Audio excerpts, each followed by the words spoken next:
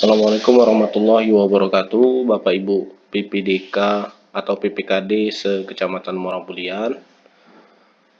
Baik, saya akan menjelaskan terkait laporan hasil pengawasan yang sampai saat ini saya lihat Bapak Ibu masih bingung cara pengisiannya.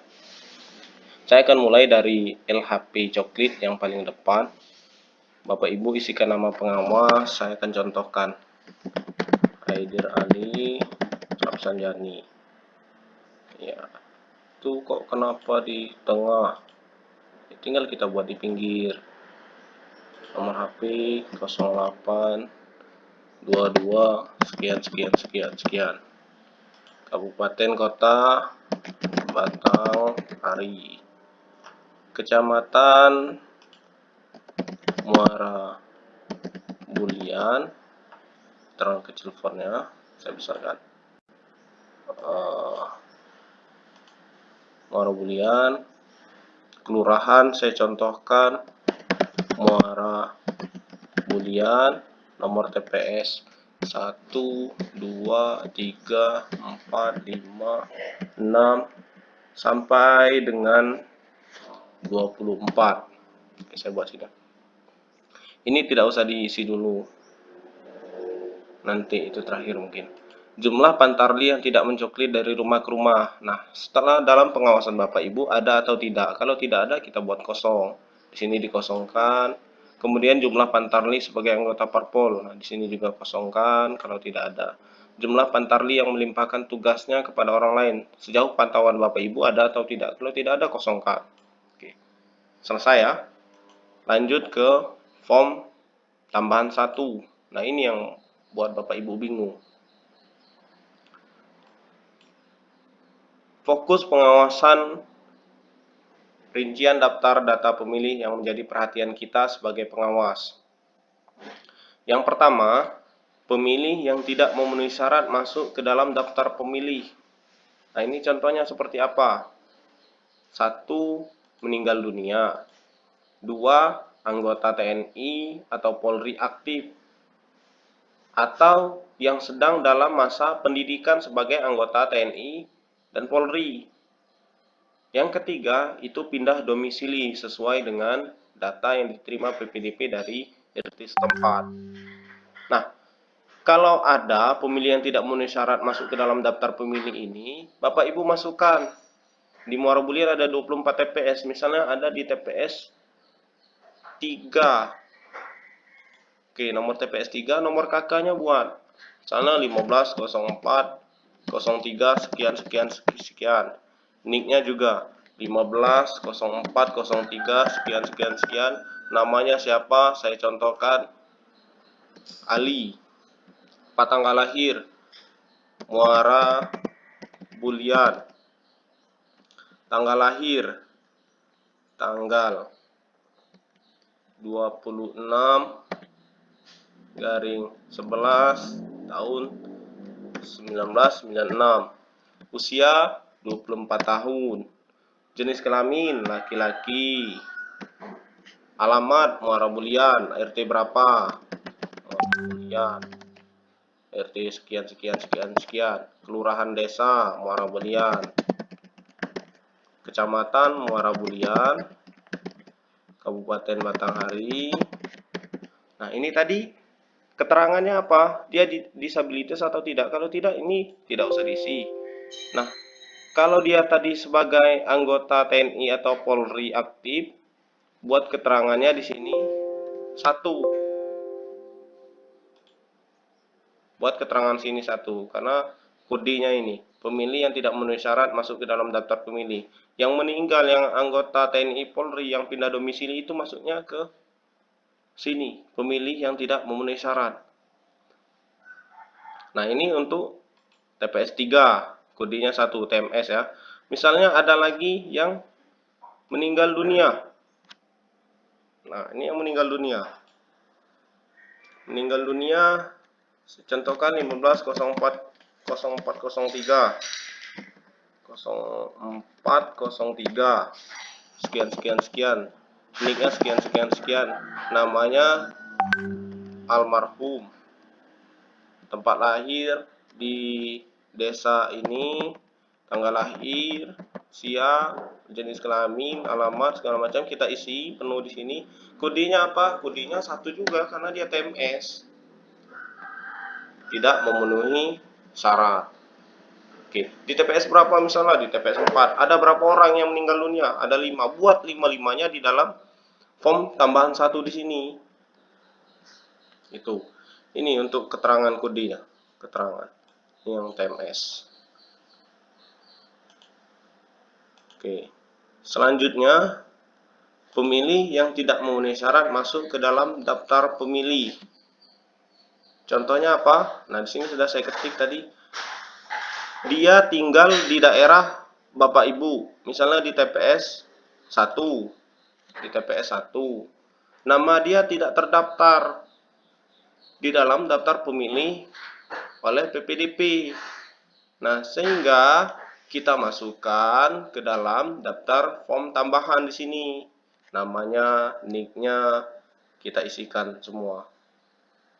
Lengkap kita isikan 15, 04, 03, sekian, nicknya juga, namanya siapa misalnya, namanya Aldo, contoh, tempat tanggal lahir, Muara Bulian, tanggal lahir, tanggal sama seperti tadi, tanggal 26, tahun, bulan lengkap, usianya berapa, usianya 19 tahun mungkin, jenis kelaminnya laki-laki, alamat, kecamatan, semuanya lengkap. Kemudian buat keterangannya, dia kenapa tadi pemilih tidak memenuhi syarat masuk ke dalam daftar pemilih, tidak masuk pemilih memenuhi syarat, tidak masuk ke dalam daftar pemilih. Artinya dia kodenya 2. Gitu. Selanjutnya, nah ini yang 2 tadi domisili daerah. Ini nggak kelihatan. Di daerah Bapak Ibu, tapi tidak masuk ke dalam daftar pemilih. Pemilih belum melakukan perekaman. Nah, ini juga banyak terjadi nih Bapak Ibu. Dia masih SMA. Kemudian dia belum punya KTP, tetapi usianya sudah masuk ke dalam usia misalnya 18 tahun, dia lahir tahun 2002. Dia sudah masuk ke dalam daftar pemilih yang dibawa oleh PPDP, tapi dia belum punya KTP. Nah, masukkan juga sini. Kalau kita tahu nicknya, segala macamnya, semuanya isi lengkap juga. Berapa orang itu? Misalnya di TPS 7. Lengkap. Keterangannya, buat di sini keterangannya 3. Di sini kan ada kode. Pemilih belum memiliki ektp. Berarti di sini kita buat keterangannya nomor 3. Tuh. Selanjutnya nomor 4, pemilih yang data dalam formulir AKPU bermasalah. Yang bermasalah juga ada. Misalnya nomor kakaknya betul, nicknya sama, namanya sama, tempat lahirnya sama, tanggal lahirnya berbeda dengan KTP atau KK orang tersebut. Misalnya di TPS 9, Bapak Sianung, nomor kakak, nick, nama sama, tempat lahir sama, tanggal lahirnya beda. Nah, itu akan dibuat PPDP ubah data. Kalau kita namanya pemilih yang data dalam formulir AKPU bermasalah, berarti kita kasih kode nomor 4. Semua yang ubah data artinya bermasalah. Bapak Ibu ya, harus diingat. Ubah data, ubah nama. Namanya mungkin ujungnya Aldo, tapi terbuat Aldot, tambah T belakang sini. Ini contoh. Artinya dia ubah data. Maka kita buat di sini bermasalah. Selanjutnya yang nomor 5, pemilih yang dalam formulir AKPU berada jauh dari TPS-nya. Bapak Ibu lihat, ada atau tidak di wilayah kita yang TPS-nya itu dari rumah itu jauh jaraknya. Kalau ada, kita masukkan. Nah, tinggal tambah kolom. Misalnya siapa? Bapak Ibu kenal. Masukkan nick, nomor kakak segala macamnya di sini, kodenya saja yang berbeda. Dia jauh dari TPS-nya, nama sudah lengkap segala macam, kita kasih kode nomor 5. Oke, paham ya Bapak Ibu ya? Kemudian pemilih yang belum coklit. Nah, pemilih yang belum dicoklit ini tidak usah masukkan di dalam form tambahan 1. Nanti kita masukkan di sini. Nanti akan saya jelaskan di situ. Ini ya, untuk yang pemilih yang belum dicoklit.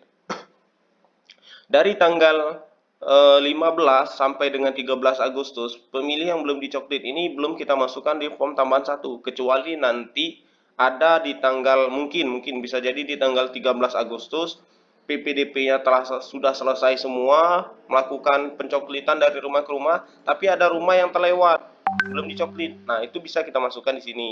Tapi kan tidak banyak. Kalau sekarang kan PPDP belum selesai tugasnya. Masih banyak dia kerja. Maka kita masukkan di form tambahan 2 nanti. Kita lanjut ke yang pemilih ganda identik. Nah, ganda identik ini di TPS 13 misalnya. TPS 13, namanya, nomor kakaknya berapa, nicknya berapa, namanya siapa, tempat lahir, tanggal lahir, usia, segala macam sampai dengan kabupaten kotanya itu sama, maka dia dapat kita kategorikan. Dan itu di TPS yang sama, misalnya ada di nomor TPS 13 juga, namanya sama, nomor kakaknya sama, nick segala macamnya sama, itu bisa kita kategorikan sebagai ganda identik. Kita kasih kode nomor 7. Paham ya Bapak Ibu ya? Ini pemilih TMS ini yang seperti ini tadi saya jelaskan, meninggal dunia anggota Polri, TNI Polri yang masih aktif atau yang sedang dalam pendidikan, pindah domisili. Kemudian pemilih yang memenuhi syarat tidak masuk ke dalam daftar pemilih. Yang tadi dia sudah tinggal lama di wilayah kita, sudah punya KTP, sudah punya kakak, sudah punya anak, sudah punya rumah lah misalnya seperti itu. Tapi tidak masuk dalam daftar pemilih, kita masukkan di sini. Kita jelaskan di sini, kita kasih kode nomor berapa, sesuaikan di sini. Pemilih yang belum melakukan perekaman tadi kodenya 3, berarti ini ada kodenya 3, namanya masukkan seperti apa. Oke, sudah paham ya Bapak Ibu ya? Selanjutnya form tambahan. Nah, form tambahan ini kan, form tambahan 2 ini kan rekapan dari form tambahan 1. Bapak Ibu tinggal masukkan saja, misalnya kecamatan Muara Bulyan, Bapak Ibu. Bulyan, kelurahan mana? Kelurahan Sridadi misalnya. Nomor TPS 1, 2, 3, 4, 5, 6 sampai dengan berapa TPS di sana? Jumlah pemilih di setiap TPS-nya berapa? 212.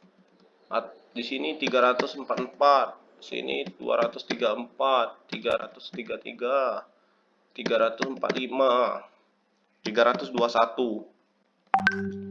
Jumlah pemilih yang belum dicoklit. Nah, rekapan Bapak Ibu ini kan per minggu. Dari tanggal 15 sampai dengan tanggal 19. Artinya sudah berapa yang dicoklit? Sudah berapa yang dicoklit? Misalnya dalam 1 minggu itu dia coklit 20. Artinya tinggal Bapak kurangi.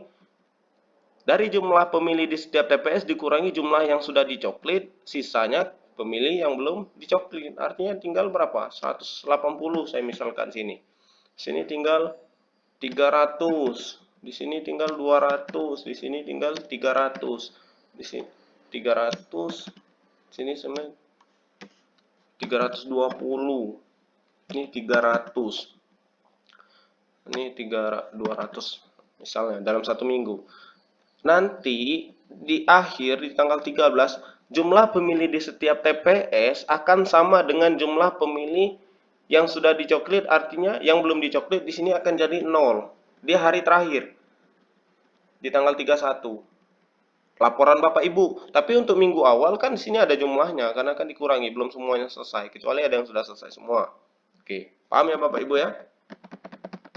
Selanjutnya, jumlah pemilih yang tidak memenuhi syarat masuk ke dalam daftar pemilih. Nah, Bapak Ibunya tahu dari mana? Dari form tambahan 1. Di sini. TMS kan kodenya nomor 1. Bapak hitung jumlahnya berapa? Ada 20, masukkan 20. Sini jumlah. Di TPS berapa? Di TPS 1 misalnya. Sini TPS 1 ada 10. Masukkan 10. TPS 2 ada 13. Masukkan 13. Ini lihatnya dari sini. Sini, ini nomor TPS ini. Kalau ada TPS 4, kodenya berapa sini? 1. Kode 1 apa? Jumlah pemilih yang tidak memenuhi syarat. Ada berapa? Ada 13, ada 15, ada 12. Masukkan di sini. Nah, selanjutnya kolom berikutnya jumlah pemilih yang memenuhi syarat tidak masuk ke dalam daftar pemilih. Nah, ini kan sudah kita masukkan tadi sini.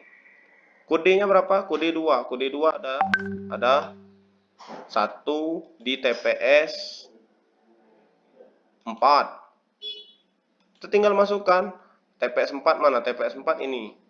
Masukkan kodenya. Berarti di sini buat 1.